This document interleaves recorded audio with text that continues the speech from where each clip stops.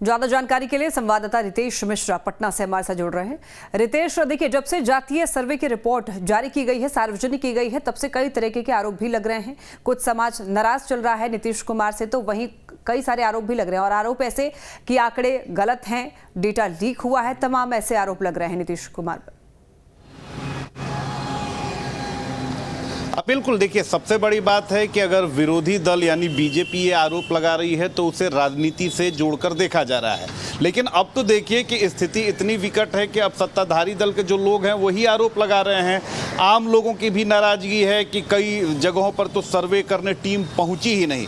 तो इन तमाम बातों की जानकारी जब सर्वदलीय बैठक हुई थी तब नीतीश कुमार को दी गई थी। लेकिन अब एक बात जरूर स्पष्ट हो चुकी है कि जिस जातीय जनगणना को लेकर ये दावे किए जा रहे थे कि इससे बीजेपी बैकफुट पर आ जाएगी और जिस राजनीति को अब तक वो करती आई है उसको लेकर उसे रणनीति बदलने की जरूरत होगी। लेकिन जैसे जैसे विरोध के सुर जो सत्ताधारी दल के नेता हैं वो दिखा रहे हैं, ये स्पष्ट हो चुका है कि जातीय जनगणना को लेकर सरकार को उसके अपने ही लोग घेर रहे हैं। क्योंकि देखिए, बिहार में अगर राजनीति की बात की जाए तो बिहार में राजनीति डेवलपमेंट के नाम पर नहीं होती है, चुनाव डेवलपमेंट के इश्यूज और अन्य इश्यूज पर नहीं होते हैं। सिर्फ जातियां जो हैं वो फैक्टर सबसे बड़ा होता है। समीकरण देखे जाते हैं, किस जाति का दबदबा कितना है वो देखा जाता है और जातियां भी अपना दबदबा दिखाकर टिकट हासिल करती हैं, मंत्री परिषद में पद हासिल करती हैं।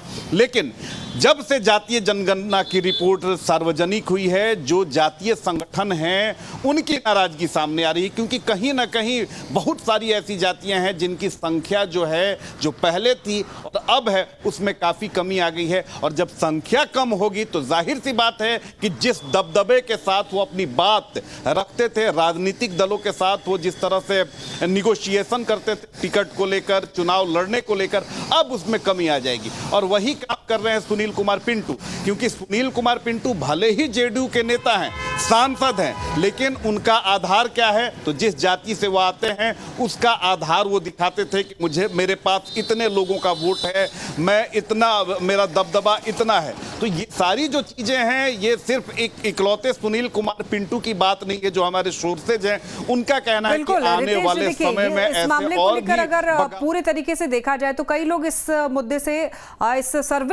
सर्वे जो रिपोर्ट जारी की गई उससे नाराज हैं। उनका कहना है कि हमारे पास तो सर्वे के कर्मचारी नहीं पहुंचे, सर्वे ठीक तरीके से नहीं कराया गया है। तो ऐसे में आरोप लग रहे हैं कि क्या नीतीश कुमार को जल्दबाजी थी, क्योंकि ये मामला कोर्ट में चल रहा था तो उनको लग रहा था कि कहीं कोर्ट की तरफ से स्टे न कर दिया जाए, तो ऐसे में जल्दबाजी की गई है।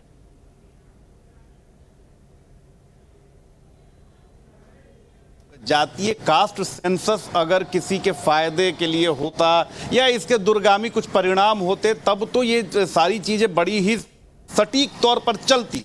लेकिन इसका एकमात्र मकसद था राजनीतिक तौर पर इसका नफा नुकसान का आकलन करना, और वही चीज हुआ है कि आप जातीय जनगणना की गाड़ी आगे बढ़ी, उसके बाद देखिए कि किस तरीके से स्टे लगा और आनन फानन में सारी चीजों को कर दिया गया। और हमने तो रिपोर्ट भी दिखाया है कि किस तरीके से कई सारे जगहों के लोगों का ये आरोप है कि उनके पास जनगणना वाली टीम नहीं पहुंची। और ये जितने भी लोग जो आरोप लगा रहे हैं किसी भी राजनीतिक दल से ताल्लुक नहीं रखते हैं। तो जाहिर सी बात है कि ऐसे लोगों की संख्या भी बहुत ज्यादा है। लेकिन सबसे ज्यादा परेशानी है वैसे लोगों को, वैसे संगठनों को जो जाति के नाम पर अभी तक निगोशिएशन करते थे, अपना दब थे और चुनाव में उनकी ढेर सारी उम्मीद और अपेक्षाएं थी। लेकिन ये सारी चीजें अब धरी की धरी रह गई हैं। और ये सिर्फ ऐसा नहीं है कि सवर्ण जातियों में राजपूत, भूमिहार और ब्राह्मणों की संख्या कम कर दी गई है, बल्कि ओबीसी कास्ट में भी कई सारी जातियां ऐसी हैं जो दावा कि ट्रांसजेंडर्स जो हैं वो ये कह रहे हैं कि उनके पास तो सर्वे टीम पहुंची ही नहीं,